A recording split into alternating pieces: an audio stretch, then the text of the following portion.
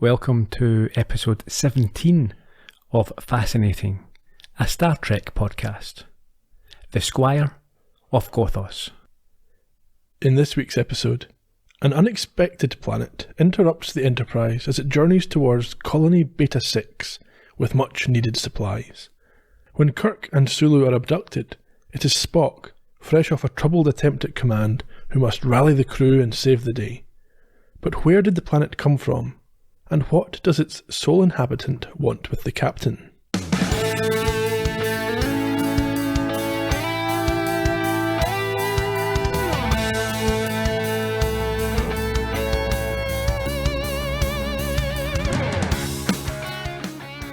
Do you mean that you actually have members of the fairer sex among your crew? Oh, how charming.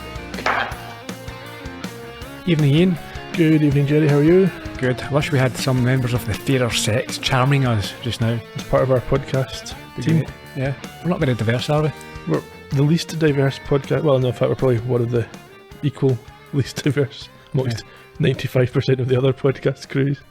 This week, what's your thoughts? I'm not a huge fan of the Squire. Did you like him? Yeah, he was obnoxious, but I did find him quite charismatic. Yeah, I did like him. Okay. I mean, don't get me wrong, I would like to have given him a bit of a beating, but yeah, it was fun. It's interesting. I think this one was scheduled or recorded before last week's. I could be wrong. I think the start date's before last week's episode. But I thought it fit in quite nicely as an evolution in Spock's command. What did you think? Well, funny you should say that. I thought there was similarities to a few previous episodes, and I found that a few times. It's maybe one of the criticisms I've got, that they seem to repeat very quickly some themes and shows. We've discussed that before. So I thought that this week you could make comparisons to last week. Yep. And also in terms of sort of a virtual reality planet, it was reminiscent of 2 or 3 weeks ago with Shore Leave. Yeah. And to answer your question, in terms of an evolution in Spock's leadership, well, I got the feeling at the start he's thinking to himself, oh, no, not again. A little bit. I've been put in charge here and I've just failed at this exact thing. I didn't like it. I thought that the others were more receptive to him, though, and that felt like maybe it was a step on from what they'd done. People like Scotty and McCoy, who had been in the shuttlecraft with him, weren't challenging him. They accepted his orders. They didn't question his orders. As we mentioned last week, I think that it would have been appropriate for all involved to have been reprimanded in some way. So perhaps they were pulled up. Well, even without that, maybe they just had an honest debrief and it led to outcomes that were built upon. Yeah, because I think, in fact, I mentioned it in my notes here, I think Kirk seems to have learned his lessons. There are a few decisions. And it seems like the sort of leadership Kirk would show. You think he probably would get the senior staff together and let's talk about what just happened and how can we improve on this the next time. We all made mistakes, including myself, slightly. Well, not so much me. No, mainly you guys. Should we get into the episode? Crack on. Takeaway coffee's being handed out again on the bridge. Yes, it's a new coffee serving yeoman and a navigator called DeSalle. DeSalle. We'll see him again. In this episode? After this episode. Doesn't die. No, spoilers. I don't think anybody dies in this episode. No. Kirk, as I alluded to earlier, has obviously had his backside kicked because they are on the way to the colony you mentioned, Beta 6, is it? I think so. With supplies, and he wants to do it in a hurry. So there's no messing about just now. We're hitting our dates. Let's get there with these supplies, then we can do our own thing. Spock and McCoy, I think McCoy starts the conversation, and Kirk are talking about a space desert, essentially. There's an open area of space with no stars. Yeah, a void, I think, is the term that's used. And Spock's ears prick up at this point. Yeah, because they're talking about deserts on Earth, and instead of thinking of barren wastelands, as Spock thinks they should, they're thinking about oases and palm trees. And I am entirely on Spock's side here. If you mention the word desert to me, if you call something, describe it as a desert, I do not think of... Yeah, well, I'm reminded of standard grade, which would be, age 13, 14 here, geography. We were taught that a desert is anywhere with below a certain level of precipitation. Okay. So it doesn't have to be hot, doesn't have to be arid. Oh. It just has to have less snow, because you get frozen deserts, so Right. the tundra, the frozen tundra is a desert, technically. I don't think they're particularly conducive to life form.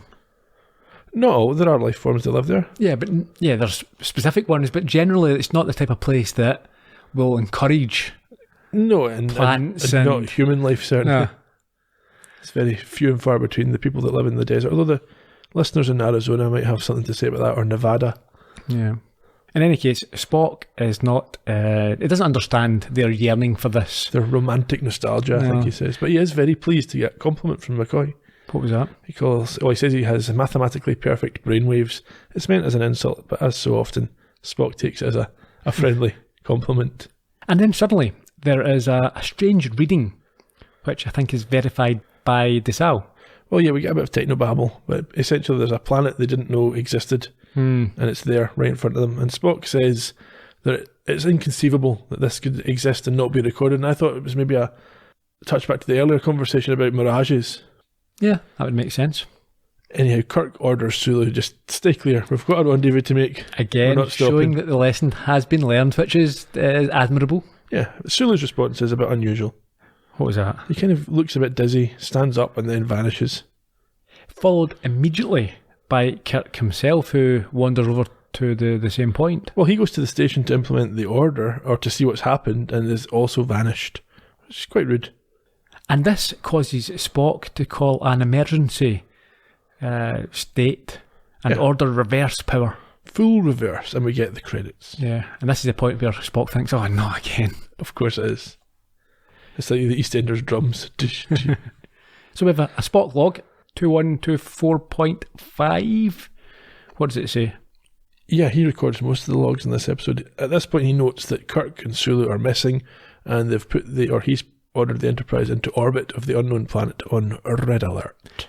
And they've been there for 4 hours, I think, unsuccessfully trying to locate their 2 colleagues. Well, this is again reminiscent of last week, although without the impairment that they had last week. Indeed. DeSalle wants to immediately beam. There's always, in all of these episodes, and it's not always the same person, but there's always a new officer or an officer who wants to beam down and deal with this. Shoot at the somebody. Bit. Yeah. There's always a Hawk type person, isn't there? It makes you question the training. Yeah. And we also are introduced to a Mr. Jaeger. Jaeger. He is now, Jägermeister. Exactly. Who is now in place of Sulu alongside this at DeSalle. Yeah, he looks like an older officer. Yeah, at least in his 50s. 50s, yeah. Anyhow, he reports that there's no breathable atmosphere, and the estimated survival time if you beam down would not be very long, kind of proving the point that Spock's trying to make, that he'll decide what's happening here. It's not up to McCoy or DeSalle, to insist on being beamed down. We should also mention that Scotty has appeared to confirm that they have searched the Enterprise twice with no sign of them, so... They're not hiding in a cupboard. It's not a practical joke. No. At this point, Uhura catches Spock's attention. Yes, there is a message which has appeared on her screen in a ye olde font. Greetings and felicitations. Send this, Lieutenant. USS Enterprise to signaler on planet surface. Identify self. Hip. Hurrah. And I believe it's pronounced tally-ho. Some kind of a joke, sir? I'll entertain any theories, Mr. DeSalle, any at all. One thing is certain. Obviously, there's life on that planet. You're quite correct, Doctor. Prepare transporter room. Request assignment to the search party, sir. No, Mr. Scott. Neither you nor I can be spared here. Mr. DeSalle, you'll equip the landing party with full communications, armament, and life support gear. Mr. Yeager, your geophysical knowledge may be crucial down there. Dr. McCoy will accompany. If those peculiar signals are coming from Captain Kirk or Lieutenant Sulu, their rationality is in question. Dismissed. I liked McCoy's change in attitude. So a few moments earlier, he was with DeSalle and heading straight down there and, looking to sort things out. But after the description of, or the likelihood of survival, when Spock decided that he would be going down, there's a brief shot of him looking a little bit anxious and not quite so keen now. No, tables have turned. Yeah. I like the fact that Spock's leading theory at this stage is that the messages come from Kirk, but he's crazy now. Yeah, it's not the first assumption you would make, is it? No, it's a really weird message as well. Even thinking about what happens in this episode, thinking about the Squire. Why has he sent this message? He's, I think, looking to tempt them down to the planet's surface. Yeah. But why? Because he could just bring them down himself. He's already done that. Can he bring them all down? I don't know. But I think he's playing some kind of game. Yeah, but we know that he does like games. He does. Messing around. The little tyke that he is. Oh, yeah. Down in the transporter room, Scotty's going to beam the team to the surface, and they have orders to make contact with the ship immediately on landing, and if required, to use this little laser pointer thing. Yeah. Also like the fact they're wearing these little oxygen masks. Yeah, we think back to The Naked Time when Spock and Tormolin were down to the surface. They had full hazmat suits on.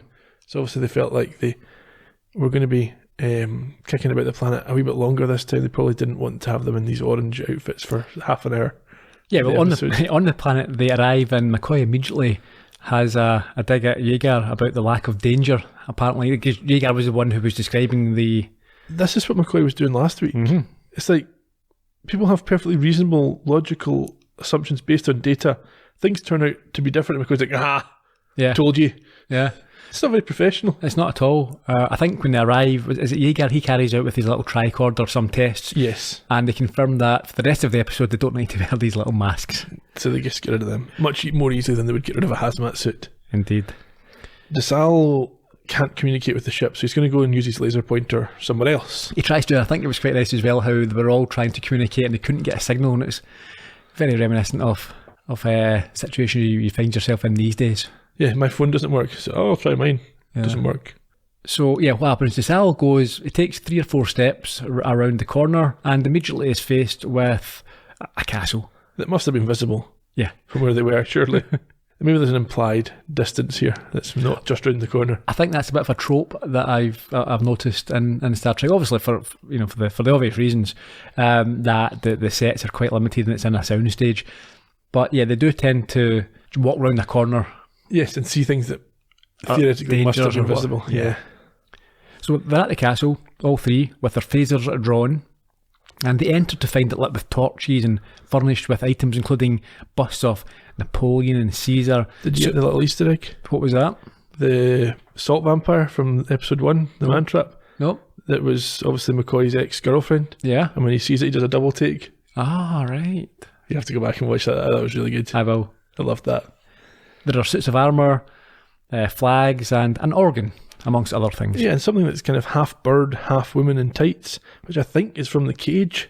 Anyhow, they also see Sulu and Kirk frozen in place. Well, you say frozen. Well, they're doing it themselves. Yes, they're trying to act frozen. They couldn't even take a still shot in the camera. No, and their colours have been changed though, so there's some special effect going on. I think it's a light. But yeah, if you watch, they're moving all over the shop. Not the first time or the last time. It is the first, but not the last time it happens in this episode. So McCoy uses his tricorder again, but it gives off no reading, and he claims that they are like waxworks. But moving. They hear somebody, or we hear somebody come in behind them and shut the door. Yeah, before they can make any sort of decision, they are faced with a cheeky little rapscallion bashing out a medieval ditty on the organ. I'm not sure it's medieval, but is it not? Whatever. It's early modern. All right. I guess. Pre-Baroque? Something around. I know it might even be post-Baroque. Okay. Certainly, he's playing his harpsichord anyway, and not hiding. A harpsichord, is it? Yeah. Not an organ? No, it's a harpsichord. Is it? Yeah. It makes a different sound. Isn't harpsichord a type of organ? No. All right. Okay. As he can... Well, I've described it as organs. It's like a predecessor to the piano. Okay. Which then led to the organ. Right. As he continues to play, he acknowledges the new arrivals and unfreezes their crewmates, which he describes as an exquisite pair. Yeah, he says they'll want them back now. When was the last time you described something as an exquisite pair? I can't remember. All right. I feel like it wasn't that long ago. Mm-hmm. It was earlier today with myself. I had a fruit bowl. McCoy quickly brings Kirk up to speed, and Kirk then obviously takes over command of the landing party. Yes, after they have been welcomed to his planet of Gothos. Yes, well, Kirk asks Trelane who he is and where he's come from, and he explains that he's a retired general, gives them his name, and says he's at their service before resuming his music. Did you mention his name? Yes, I said he speaks to Trelane. Okay. Yeah, at the start of the sentence, that's why I didn't repeat it. Ah, right, okay. Do you want to have overkill here? No. Jaeger makes an interesting observation. What was that? Well, he talks about the time period being about 900 years in the past. I think he's wrong. Yeah. It's more like 450 years from where they're meant to be. But anyway, he makes the point that if you looked to Earth through a telescope from here, given the distance in light years, that was the period you would be able to see, which is quite clever. That's true. You get that even now. You know, if you certain telescopes, we can look far enough away. You can still see the echoes of the Big Bang if you look far enough in the distance. Yeah, Physics 101. Basic stuff. I like the images. There's images you get of the immediate aftermath of the Big Bang. I've seen they're quite nice, colourful. I think there's also a discussion as well between DeSalle and Kirk. I think DeSalle mentions that communications are still down, and they're not overly concerned at this point, but I think Kirk certainly realises they're trapped. Kirk picks up on Jaeger's point about the time gap and tries to explain to Trelane that he's made a mistake and that this is not how Earth would appear today. Oh, really? If I made an error in time? How fallible of me. Oh, I did so want to make you feel at home. I'm quite proud of the detail. General Trelane. Retired, sir. Just Squire Trelane now. And you may call me Squire. Yes, I rather fancy that. For what purpose have you imprisoned us here? Imprisoned? Nonsense. You're my guests. You see, I just finished my studies of your curious and fascinating society. You came by at the most propitious moment. I want to know all about your campaigns, your battles, your missions of conquest. Our missions are peaceful, not for conquest. When we do battle, it is only because we have no choice. But that's the official story, eh? I must ask you to let us go back to our ship. Oh, I wouldn't hear of it. You shall join me in a repast. I want to learn all about your feelings on war and killing and conquest, that sort of thing. Do you know that you're one of the few predator species that preys even on itself? So this creates some unrest, and Kirk has to tell DeSalle to set his phaser for stun for the time being. Yes, and on hearing DeSalle's name, Trelane is intrigued. Yeah, he starts talking to him in French, and then he starts mentioning his respect for Napoleon. Yes, before moving through the rest of the crew, and Sulu thinks he's been hit with a racial stereotype. Does he? Yeah. What was that? I can't remember. I think he calls him an honourable gentleman, and I think Sulu takes offence. Okay.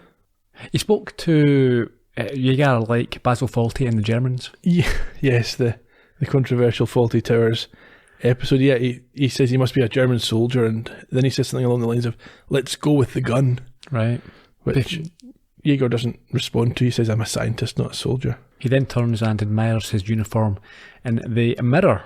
So seeing an opportunity, DeSalle raises his phaser but is caught by Trelane, who freezes him for a few seconds so that he can remove his weapon. He does. He investigates the weapon and sees it has a couple of settings, one that will kill and one that will stun. Yeah, it's quite sinister. Yeah. The way he looks and fondles and ponders the power of it. I think he says that he uses it in a few of his statues to blow them up. Yeah, I think one of them was the Salt Vampire. Right, and then he claims that it could kill millions. Yes, he marvels at its destructive capability. However, he doesn't stop Kirk taking it back from him and laughs at the suggestion they are next on his hit list, claiming they are typical humans who fear what they don't understand. Yes, he's irritated, I think, by Kirk's concern for his crew, because he doesn't think he's given them a basis to worry. But he obviously has. Yeah, he's not read the situation very well. No. He then goes on to anticipate and answers Kirk's next question by explaining that he and others like him have developed a sophisticated system that can apparently turn energy into matter and then back again. Yeah, Kirk asks whether it's like their transporters, and I think Trelane says that the transporter would be a very primitive version of the technology. Mm-hmm. So from this we learn that he can move things from place to place. But he's not interested. I think Kirk tries to ask him more questions and engage with him, but he doesn't want to get bogged down in this. No, it's irritating to him. He gives Kirk a sample of the planet's atmosphere to calm him down a little bit. Yeah, I think his mask slips when Kirk tries to walk away. Yeah. He tells him they can't go, and this sample, or this demonstration of his authority is revealed how... Well, we see Kirk outside the bubble, as it were, in the toxic atmosphere that was described at the start of the episode, and then brought back coughing and choking. Yeah, and quite a bit of distress. Yeah, looks like he's a full dose of the toxic atmosphere. Mm-hmm. Trelane tells him to behave now, or he'll be very, very angry. He does have this underlying ominous... Yeah, sort of malice. Spot log 2125.7. It's their 14th unsuccessful orbit. They're getting dizzy. Although they have apparently found a small, stable area on the planet, so it must be this section they're in. This is ridiculous. You know why it's ridiculous? Why? They've already beamed people down. Just look at the section where you beamed the people down. Good point. Anyway. Illogical, as Spock. He's not thought it through. He's thought, just ignore this place that we started beaming people down to and look at the rest of the planet. Back up on the bridge, Scotty is puzzled by this patch of cam. But Spock has no explanation for it, although he wants the sensors to be fine-tuned to it with a view of transporting up any living beings from that particular area. Worth a shot. Now, for once here, Scotty is less than positive. In my experience, he's always been a very much a sort of can-do type chap, even under... Well, no, I think Scotty has a habit of exaggerating how difficult things are so that he looks good when he does them. So he says, this will take 24 hours, and he does it in 2 hours. Or he says, it can't be fixed, like the transporters in The Enemy Within. Yeah. Can't be fixed. Next scene, Scotty's fixed it. Yeah, fair enough. But in this case, he insists that it's basically a shot in the dark. Yeah, well, it is. But I think Spock knows that. I don't think Spock has the expectation that this is definitely going to fix the problem. I think he just wants to give it a go. It's a thing that might work. Sure. And there's not... Well, the downside would be they might beam up something dangerous. A tiger. Yeah, or some sort of toxic plant life. Or a monkey with a knife. That would be really unfortunate. It would be a great episode. Back down on Gothos, Trelane is showing off his acquired battle flags and his morbid fascination with Earth wars and death. Yes, and Kirk's team are starting to put the pieces together. McCoy notes that Trelane has no life signs.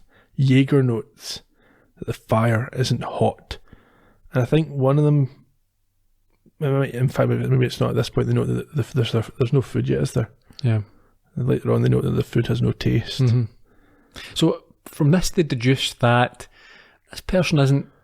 It's quite a... There are a couple of times they leap here. It's one of the things that you've criticised before. Kirk makes a logical assumption, or a leap in logic. Yeah. And assumes that, together with the error in the time period, this suggests that Trelane is fallible. And there must be a source to his power. See, that's... Assuming he's fallible, that's an obvious assumption. I mean, you wouldn't assume that everyone... Mistakes, yeah, he's not omnipotent, yeah. But the power source, I thought, that wouldn't be my first... Yeah, in fact, is it later that they make the assumption about the power source? I'm not even sure if they make that specific point at this. Because there's two really similar moments in the episode. Yeah, it might be later, but I don't think there's much more evidence that would justify it later on. And they turn it to be wrong, in fact, when they make that assumption. But we'll get to that point. At this point... Well, Trelane is back on the keyboard now. Okay. While this is happening. Yes, and he's resisting the idea of returning them to the Enterprise. But he is intrigued to hear... and possibly it's what we heard at the top of the episode, that there are women on the Enterprise. Yeah, indeed. He's his pecker is up. Danderized. He is very much of the opinion that those women should be brought down to amuse him. And I think this oversteps the mark for Kirk, who grabs his arm and tells him the game has gone on for too long now. At this, McCoy reports that he is receiving some kind of transporter signal. I don't know whether his communicator's made a chirp of some kind. But Kirk credits Spock for their imminent escape, and Trelane looks frustrated. Yeah, he's not. He's protesting. He won't have it if the crew are beamed back up. It was too soon. Come on, guys, play fair. Up in the transporter room, Kirk checks in with Spock, and the fact that Trelane has not arrived with them shows that he is not what they would classify as a life form. Yeah, Kirk has no time for pleasantries at this point. He wants to know how the scans got through this radiation field. And Spock explains about the little area, little sort of safety area. And at this point again, I think we see Kirk not wanting to mess around anymore. Rapid escape is what he wants. A retreat, perhaps? Yeah, well, prepare for max warp out of there. Max warp. He never uses that phrase again, I'm sure. Maximum warp. We're up on the bridge. The new yeoman makes a stupid comment. Unprofessional, personal comment about how worried she is about Kirk. It's almost... They all make these stupid simpering comments. No, it's frustrating. It's almost as if they want to build upon or start the potential of a relationship with each time. And even if you're assuming it's written for Rand, which we don't know this one was, but maybe it was, it's annoying if she says it as well. Yeah. Why does she's a professional. Each of these yeomen are professionals. They're on here doing a job of work. They don't need to be personally concerned for the captain because he's missing. 6 of them are missing. You've never been seen in this episode before. You've just shown up. You've just replaced the woman from the last episode who was perfectly fine herself and also simpering about things. Why are they written this way? The men aren't written this way. You don't see... Well, we do a wee bit see Spock and Kirk have this affection for one another. Oh, yeah. At the end of the last episode, and I think other points. Sherlock and Watson. But you don't see Scotty and McCoy, telling each other how worried they were that one of them was missing, or Sulu and DeSalle. They're men. Well, this is it. Why are the women written in this way? It's the 60s. It's frustrating. McCoy at this point claims he is quaking either with laughter or terror as Uhura asks about Gothos, and he tries to explain what they found before just giving up. Yeah, and they're rudely interrupted shortly thereafter. By whom? Trelane. Yeah, he appears on the bridge. He's mad at Spock. Asks where all the weapons are. Yeah, he wants to know why they're not on display, hanging on the walls and stuff. Tell me about Spock, yeah. Yeah, because Kirk identified Spock as the one that was rescuing them, Trelane has developed a personal grudge against the Vulcan. Again, it's a little bit of sort of bigotry here, isn't it? You can't believe someone, I think it's of mixed race, could be in charge. Is that what it says? Yeah, well, he's getting his... this makes no sense though either, because, okay, he's been observing Earth. Well, I suppose, yes, he thinks this in the context of this being an Earth ship. Why are they not treating people of mixed race the way that people of mixed race were treated on Earth 400 or 500 years ago?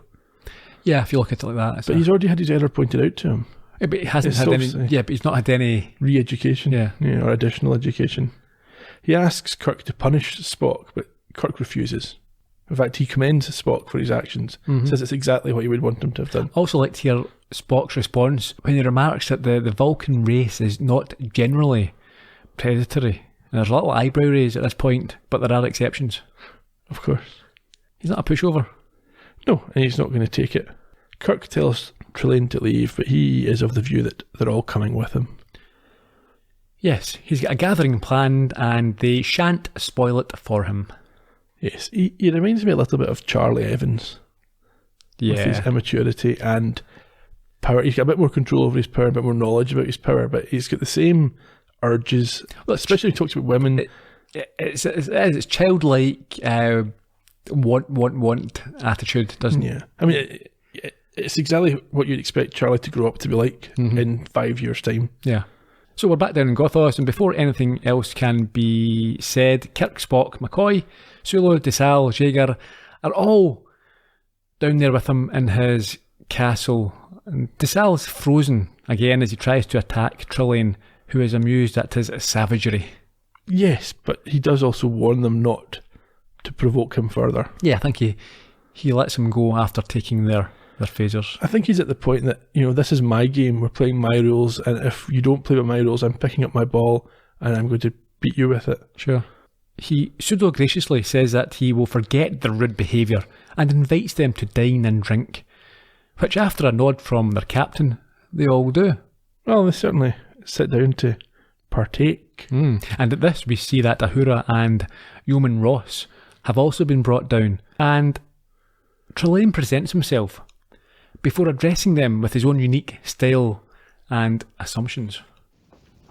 You've been quite derelict in your social duties, Captain. You haven't introduced me to the charming contingent of your crew. This is General Trelane. Retired. But if you prefer, you may address me as the lonely Squire of Gothos, dear ladies. Lieutenant Ahura of Communications. A Nubian prize. Taken on one of your raids of conquest, no doubt, Captain? No doubt. She has the melting eyes of the Queen of Sheba, the same lovely coloring. And this?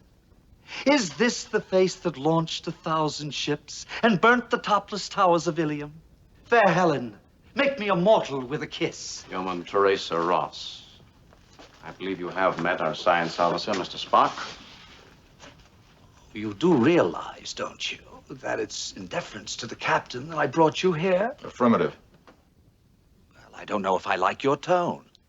It's most challenging. Is that what you're doing, challenging me? I object to you. I object to intellect without discipline. I object to power without constructive purpose. Oh, Mr. Spock, you do have one saving grace after all. You're ill-mannered. The human half of you, no doubt. Come, my little wood nymph. Won't you dance with your sway? Give us some sprightly music, my dear girl. Oh, I don't know how to play this. Of course you do.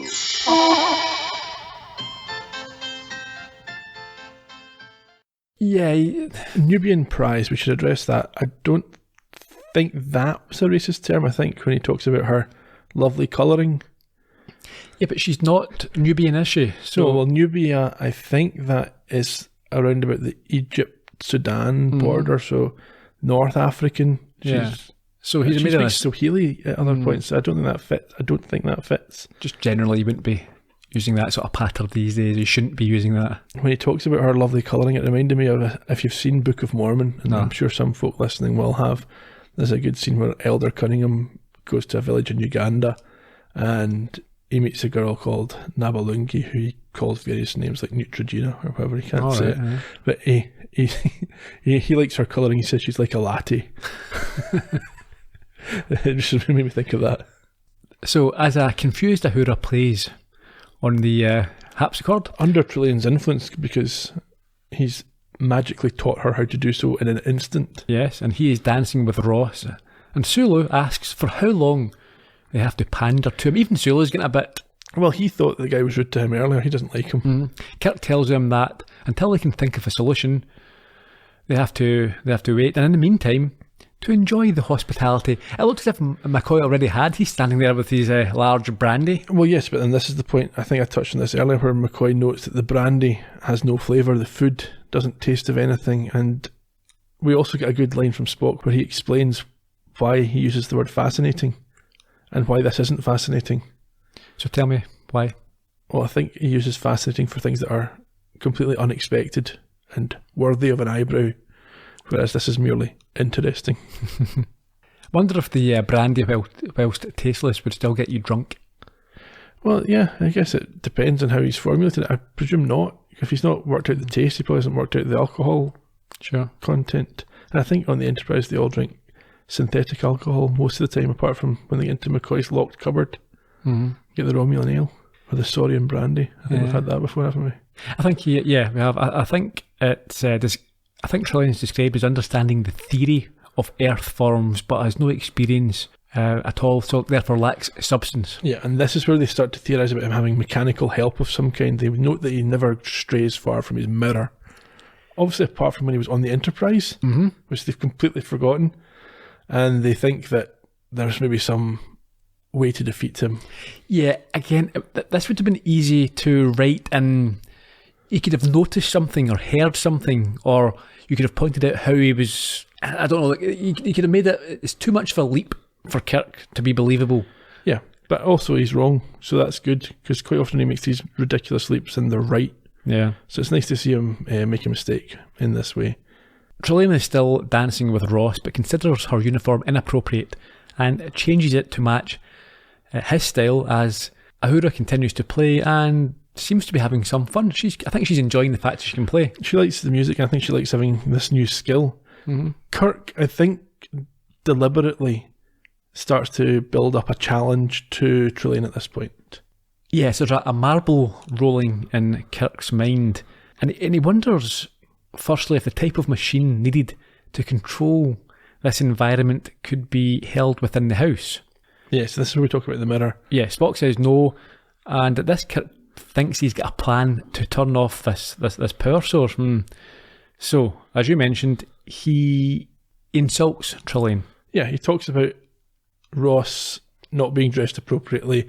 She's working. She shouldn't be in this sort of get-up. He takes her glove from her, and then he challenges Trelane to a duel.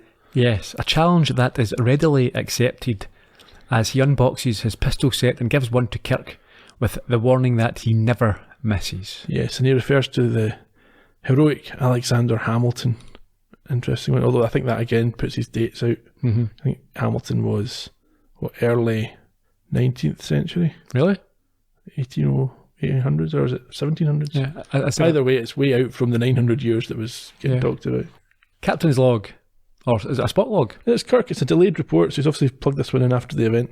Yep, 2126.1. It's a recap, and he makes a point that their only hope is his one chance with the pistol. He should, when he's doing these delayed reports that he's plugging back into the story, he should use more sort of hindsight and prescience. He was like, this is when I decided to make my move. The little lady didn't know what was going to happen. They stand apart with the fascinated Trelane in front of his mirror. However, things take a turn when he insists that his rules mean that he gets a shot first rather than at the same time. That's not how a duel works. You're just saying, I want to be able to shoot you in the face. Yes. But he has another plan. What's that? He shoots the ceiling, which I think is a deliberate... I think in dueling that's got a name when you deliberately miss your first shot. Really? Yeah. It's almost like you're challenging the other person, saying you don't think they can hit you. Okay. But I don't know what the name From of it that is. distance with a gun. Yeah, it's bold. Very bold. Either you don't think they can or you don't think they will, perhaps. Yeah. So Kirk then has his opportunity. Yes, well, obviously banking that Kirk would not murder him, he is shocked when a shot is fired at the mirror. He's even more shocked that has been figured out as the source of all his power. Well, not the source of all his power, as we find out, but certainly there's a device there that amplifies or makes things easier for him. Yeah. So the mirror has exploded in smoke and flames, and we see this machine behind it. So that part of their assumption, ludicrous as it was correct. Mm-hmm. The assumption, though, that this was the source of all his powers was wrong. At this, the lights dim, but communications are improved, and Kirk tells DeSalle to attempt to contact the Enterprise. You say that like it's surprising. Imagine getting better communications with less lights. How could that be possible? They can't even see the devices. Anyhow, yes, they get in touch with the Enterprise and Kirk orders an evacuation. Yeah. He goes on to tell Trelane that it's over, he's finished. But the Defiant One claims his wrath has now been earned, and that they have to return to their ship and prepare to die, especially the captain. So back up on the bridge, we see Yeoman Ross still in her outfit. She's very fortunate that wasn't one of the things that stopped working from the projection. Oh, yeah. What would happen? Who knows? Would she have her uniform back on, or would she be... Maybe that just goes over exposed? the top of the uniform. She might be safe either way. But anyway, Kirk tells her to turn in her glass slippers because the ball is over. He's getting quite cocky.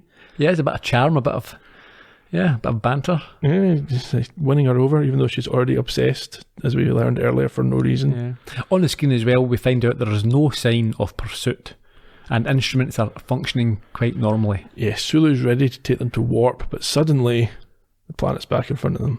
Yeah, and they only just managed to miss hitting it. There's a heavy pull to the left, or whatever it is, starboard port. One on the sides, yeah. Port's the left, I think. Who knows? I do. Well, lots of folk know, yeah. Anyhow, yes, Sulu confirms that they were on the correct course, but the planet won't get out their way. So. Yes, this occurs several times. So, I mean, it basically appears like the planet is following them. Yeah, it's almost jumping. Yeah, almost like the Romulan weapon in Balance of Terror. Yeah, I don't think it was jumping around so much as following them, but yeah, the same idea. Mm-hmm. Kirk makes a new decision. Well, he's angry now. Yes, he orders Sulu to take the Enterprise into orbit of the planet. He's going to head down and sort this out. Yeah, resolve it once and for all. And if he doesn't return in 1 hour, they have to leave orbit and not turn back. I didn't understand this. That was the whole point. They can't do that. So how he's telling? Well, I think he's assuming that he'll be able to distract the Squire. So even if he can't defeat him, he might have distracted him enough that the Enterprise will be able to get away. Why would you assume that? You don't know what you've got to do to say, if you can get away, get away. Yeah. Back down in Gothos, Kirk is surprised to be addressed as the prisoner. Things have changed. They're no longer in this antiquated drawing room. It's now a court. With Trelane behind a judge's bench and wearing the robes and the wig. This, I think, you can draw a straight line. I'll come back to this in the trivia. You can draw a straight line between this scene and the premiere of Star Trek The Next Generation. Okay. And I'll talk about it a little bit in the trivia section. Oh, yeah. Okay. I think there's a definite connection. And also, the wig would be part of the British judiciary or judicial system. So if he'd been watching, who is he watching? Well, see, there's a story behind this. So initially he had a French wig and he complained about it being too big, too long, awkward. And William Shatner thought he's making a fuss about nothing. Mm-hmm. And the director was concerned. He didn't want to upset William Shatner, his star, but he thought perhaps Campbell had a point. So he referred it to the producer, Gene Kuhn, who we'll talk about later, and he decided in Campbell's favour. It's not really against Shatner, it's just I think Shatner thought this was holding things up too much. They had I think they already were a day over, they ended up being a day over with the shoot, so things were done to a tight schedule, and Shatner obviously had a feeling of responsibility to that. He didn't want them to end up 3 episodes down the line being 2 or 3 days behind and having to work nights or whatever else, so he was quite keen to progress, but the producer had the change of wig implemented, so it's a more British style judicial wig that he's wearing in the scene, even though it's a French court essentially that he's been observing. Sure.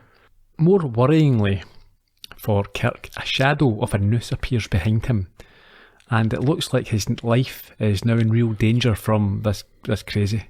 Yes, but he's still not inclined to play along. No, until Trelane proceeds to read out the charges against him. And now, Captain James Kirk, you stand accused of the high crime of treason against a superior authority, conspiracy, and the attempt to foment insurrection. How do you plead? I haven't come to plead in your court, Trelane. I warn you, anything you might say has already been taken down in evidence against you. I've come for one purpose, to get back my ship. Irrelevant. We've made you angry with our will to survive, have we? Uncalled for. Then vent your anger on me alone. I was the one that led the others. I was the one that shot out your mirror machine. And did you really think that was the only medium of instrumentality at my command? I took that chance. I'm willing to pay the price for chancing wrong. Oh, then you do admit to the charge. Yes! Anything. Just allow the Enterprise to continue its journey.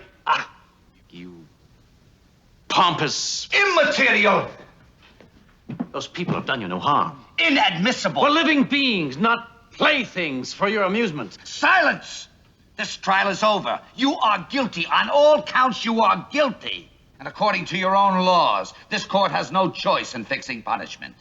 You will hang by the neck, Captain, until you are dead, dead, dead. During that clip there, I was reminded of The Great Oz. Were you? From The Wizard of Oz. Just the style, the way he was talking, maybe even the accent. Okay. From the movie. The punishment that he hands down wasn't very French either, was it? There's no guillotine. So I think an American, maybe British, hang by the neck. But 900 years ago when he was watching, maybe the guillotine wasn't. 450, maybe 500. I still think the French would be more classy than that. Maybe they did hang some people, I don't know. It was the phrasing that he used was very sort of British legal. You know, you're taken from this place to another place. Yeah. All that sort of thing. He didn't put his black cap on. No. Spot log 2126.3. Time is almost up and he will need to leave. If he can.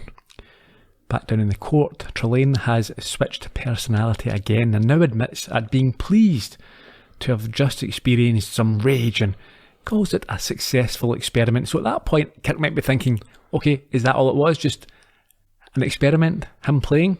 But no, Kirk is still to be hung to death. So he starts to taunt Trelane. How?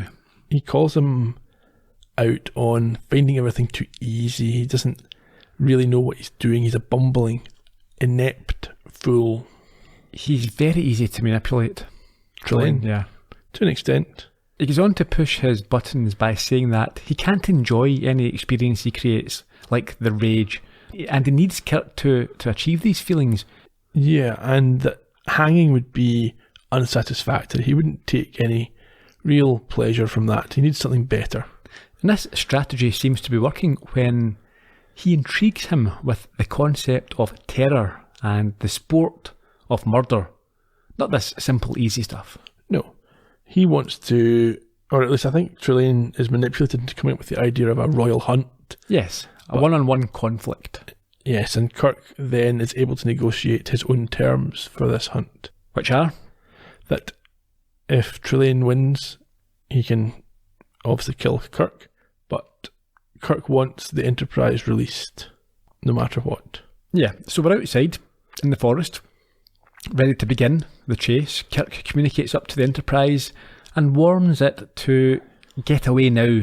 He's buying them some time. Yeah, it's not clear though that he's got through. There's no response from the Enterprise. But why would he think that having this conversation is in some way released this force? Well, it's all a bit confused because there's no indication initially that he thought the Enterprise was being prevented from leaving. Yeah. And then, like we talked about earlier on, and then he still requests that it be like, so I suppose he's aware that Trelane could stop it, so he wants him to promise not to stop it. Mm-hmm. But why does he need to communicate to tell him to leave when they've already got orders to leave? But the point was that the prize for the victor, or if no, it's not the prize for the victor. It's in exchange for Kirk taking part. Ah, okay. The Enterprise should be allowed to leave. Sure. But it doesn't seem that Trelane's really letting him communicate here. No, because as he's trying to have this conversation, he appears with a sword which he swings at him and the chase commences. Yes. At some point, Kirk does manage to disarm Trelane, but there's a lot of running away going on, and Trelane can't be harmed because he can just disappear and reappear when you swing a sword at him. Yeah. So realising the weapon is useless, Kirk throws it away, only for his adversary to magic it back and chase him with it again. And after running about and fighting, Kirk finds himself at the locked castle door. There's no way in, no. And there's no way to escape from this situation. When Trelane turns up, he finds himself caged to the left and the right. There's barriers now. So he's trapped in front of the door. Where did they come from? Trelane magicked them. That's really, really rude. Mm-hmm. Trelane doesn't stop there with his rudeness. He's changing the rules. He no longer wants to let the Enterprise leave. He's had fun beating Kirk, and he's going to bring the others down and beat them as well. He's at it. Yeah, well, he thinks that he is omnipotent in this situation. He doesn't think the others can harm him. He orders Kirk to his knees, but he refuses in defiance and says that he's won nothing, and grabs the sword and breaks over his knee before giving the Tyke a couple of slaps to the cheek. That reminded me of Blueprint for Murder, Columbo. Right. A little backhander. He gives Trelane a lesson as well, or a lecture. It might be about winning, and says he's a lot to learn about being a winner as Trelane becomes more and more angry. Yeah, about to stamp his feet, I think. Yeah, Kirk tells him he's a lot to learn about everything. Mm-hmm. And Trelane doesn't really accept this advice. He thinks he's won and that Kirk isn't worth listening to. And then it all gets a little bit weird. Yeah, Kirk wakes up and it was all a dream. Actually, that would have been better. Yeah, in the shower. Yeah, this is maybe the worst ending to an episode so far. It seems a bit of a... It's like the dream ending. You can't think of something to write. You can't think of an obvious way, so you just create... It's a... What is it? Ex Machina or something? Yeah, we've had this before. I'm trying to think which episode it was. I think it was Shore Leave, where I was dissatisfied at the ending because Kirk and the crew didn't resolve anything. Mm-hmm. Okay, Kirk has figured out this being as young, But he's been defeated. Trelane has power to end his life if he wants, or to keep him trapped there permanently. And then something else, like the caretaker on that occasion, and these green blobs on this occasion show up and Deus Ex Machina it all away. Yeah, so, just quickly summarise what happens here. So these two green blobs apparently are the parents, or at least the people responsible Authority for figures. Trelane, or not people, whatever they are. They're responsible for Trelane. And they chastise him as he becomes increasingly irrational and petulant, yes, childish, and he has his protestations going, and they tell him if he can't take proper care of his pets, he can't have them, but would. Yeah. And although they do say that the humans and Vulcans and whoever else is on the Enterprise are superior beings, that, at least, near their level of intellect, not equivalent to them, because I think they're seen as lesser, that's why they're referred to as pets, but still worthy of respect at least, and of being treated humanely. It's just, the whole thing's a bit daft. Yeah. And as he is trying to plead his case, he eventually sort of dissolves. Yeah, they've taken him away, I believe. And then they apologise to Kirk and say that if we'd realised you were vulnerable, we would have dealt with this a bit sooner and not let him do this. Yeah, and they tell him that they'll ensure that he can return safely to his ship.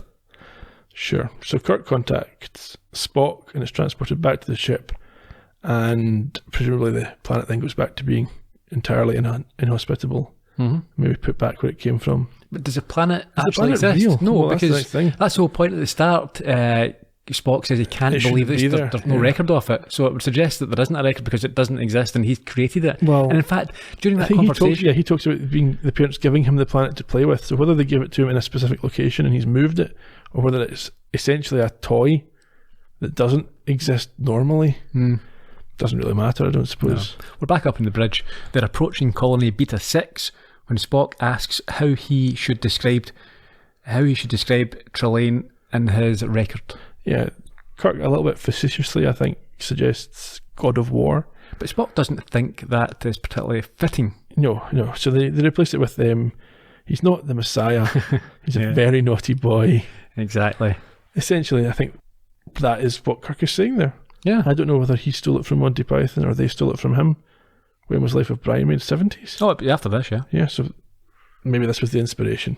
Because that is almost literally word for word what they use. Without a doubt.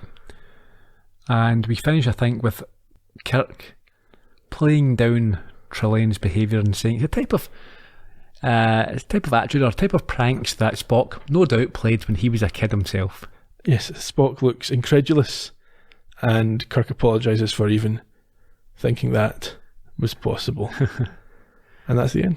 Do you think Spock was at it there? No, I think Spock got the joke. Yeah, so you think he was playing with Kirk a little bit? I do. Yeah, I thought that as well. I don't think Spock was a good boy at all, especially when he's half human. He surely needed time to learn to control his emotions. I'm sure even Vulcan children need time to learn to control their emotions. They won't be born unemotional. Quite well, then are emotions learned? Is there a sort of, who knows? Yeah, I think so. I mean, I'm not a psychologist, not a qualified one anyway, but I think, if you're brought up in a certain type of family, perhaps one that is loud and it shows emotions, we're a very shouty family. You are? Yeah, my wife doesn't, she can't, whenever I go through it, whenever I go through it with my parents, we sort of shout at each other and we can't have a conversation. Is that the Hamilton in you? Yeah. And she sees it in the kids growing up. Yeah. Yeah, she's not happy. No. Okay, so what do you think then? How do you look back on that one? Do you think you'd like to see the Squire again? Think he could be a recurring villain? I would like that. He is, he's irritating, but endearing in the same time. I wouldn't want him as a regular every week. I wouldn't want him on the bridge. No. But I could take a little bit more. A bit of the Harry Mudds about him. Yeah. I think Kirk tried to deal with him the way that he dealt with Harry Mudd to a certain extent. Sure. Just Harry Mudd doesn't have the same sort of power. No. So I'll talk a little bit about the connection I mentioned. So in the first episode of Star Trek The Next Generation, they come across this omnipotent creature who can manipulate space and time and everything, or at least appear to. And he's called Q. Right. He's from a species called the Q. Okay. And I think even the actor John Delancey, who you'll have heard of, who plays Q, is of the view that Trelane was the forerunner. So, and there's a courtroom scene in that episode as well where Q puts humanity on trial. Can I make a James Bond joke now? No, it's a different Q. Right. So I think you could retcon Trelane as a young Q, and I think that in fact there's novelizations where that does happen. So maybe he was a Q and they just hadn't finalised that. Maybe he's meant to be of the same species. The Q annoyed me. I didn't like Q. I liked John Delancey, but I didn't like that character. There were a couple of good episodes that he was in, but there was too many of them and they were too silly. It's a bit like computer games where... Are you still talking about Next Generation here? Yeah. Why? I don't know what you're talking about. It's all the same. I know, but I've no idea what you're going on about here. Okay, well, I'm going to explain. Right. It's a bit like in some computer games and certain stories where characters are overpowered, and we talked about it with Charlie X as well, where there's no limit, it becomes boring. You know. I know I know how you feel. Yeah. It's not a good... Are you criticising Next Generation here? No, I'm criticising characters like Trelane, right, who have too much power. There's no, and like Charlie X, there's no sensible way or reasonable way for Kirk and the crew to deal with them. That's right. You got any trivia for us this week, Iain? I've got loads of trivia. Right, go on about it, come on. This is what I'm talking about. Alright. No, this is your opinion, it's not trivia. Well, my opinion's based on the trivia. Tell me who the actors are. No, I'll tell you the original air date, 12th of January 1967. Right. Director Don McDougall. Oh, big Donny D. Didn't do any more episodes. He did other shows like $6 Million Man, Dukes of Hazzard, Amazing Spider-Man, which is comical in its ways of depicting Spider-Man, not the animated one, the live action one. Listen, I don't know anything about that either. I'm rocking down that route. Next I feel like Generation. you're not really that interested in this episode. No, I am, but you keep talking about Next Generation and Spider-Man. I have no idea about any of them. Well, people listening will know about these things. Right, okay. We'll do a podcast on it one day. McDougall died in 1991. He was 73. Paul Schneider wrote the episode. We've talked about him before in Battles of Terror, so if you want to hear about him, go and listen to that, because I'm not giving you it again. Okay. This was the second of his 2 episodes. Did an animated one as well. William Campbell played Trelane. He returns later on in a different role. Good. And showed up in Deep Space Nine as well. Right. He also voiced Trelane in a computer game, which I'll talk about a wee bit later on. No, you won't. Yes, I will. Okay. His other work included shows like Perry Mason. I noticed this week there's a new remake of Perry Mason. Right. Starting in the telly. Is there? Who's playing Perry Mason? I didn't see it long enough to know what was going on. Just saw the caption up at the end. No one big? I can't imagine. Okay. He was in things like The Streets of San Francisco, Quincy Emmy. He died in 2011. He was 87. Yeager was played by Richard Carlisle. He was a bit older, as we said during the episode. This was his only Star Trek appearance, but he was also in shows like Marcus Welby, MD, Brady Bunch and Kojak, and died in 2009 at the age of 95.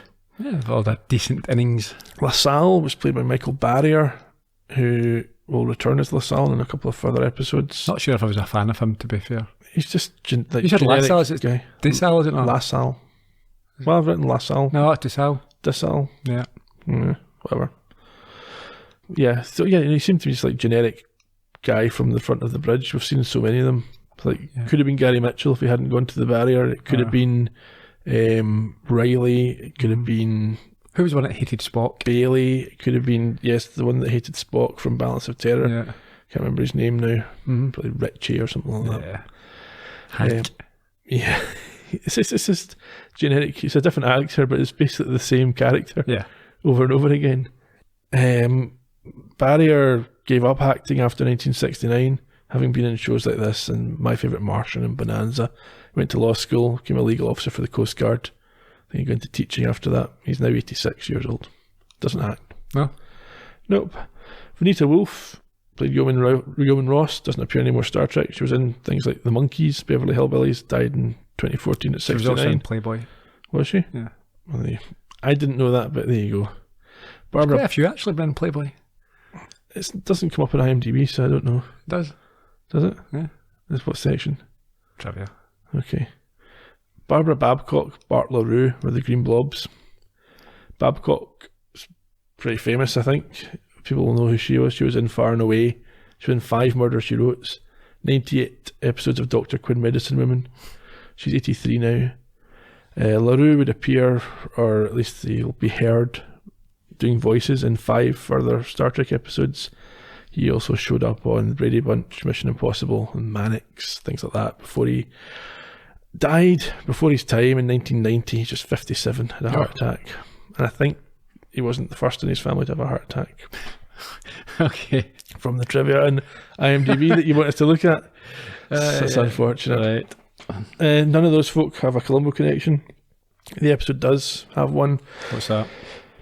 So William Campbell is cast as Trelane based on a strong audition and the support of Gene Kuhn, who we talked about earlier on, the producer, but the casting director Joe D'Agosta, who was our Columbo connection last week, originally had another name in mind for the role, which was a Columbo alum, Roddy McDowell, people know him from Planet of the Apes and various other things. Short fuse. He also went on to miss out on roles in both The Next Generation and for one of the regular roles in Deep Space Nine. He auditioned for those and didn't get them. He was in Fright Night. Could you imagine him in this episode? Definitely. As the Squire? It'd be different, maybe more foppish. Tighter trousers. Yeah. Okay, trivia. One of my favourite memories of the Squire is when he shows up as the Baron of Gothos in the computer game Star Trek Judgment Rights, which was, his interest had moved on to World War II by then. It's a great game. Spent a lot of 1994 playing that one. Did you? William Campbell apparently dislocated his shoulder while they were filming the fight between Trelane and Kirk, but it popped back in when he jumped up. I think that was involved, though, in some of the delay in filming that annoyed Shatner. Some sources credit James Doohan with voicing one of the Green Blobs, but I don't think it was.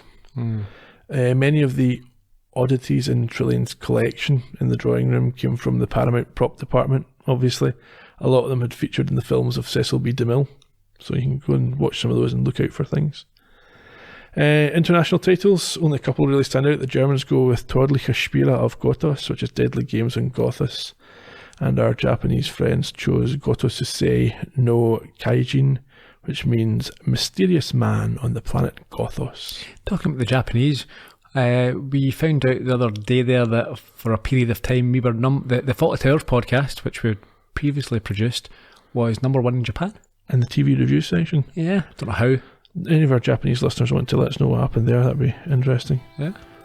Big in Japan. Big in Japan. Next week, 18th episode of season 1 is Arena, another memorable alien. Sounds gladiatorial. It does, and in the meantime, there's a new place you can review us. Our episodes now appear on IMDb. We could do with some ratings and reviews on there if you have an account. It'd be good if you like us. That'd be good to show up with some feedback on that platform as well. And we'll speak to you in 7 days' time. Cheerio. Bye.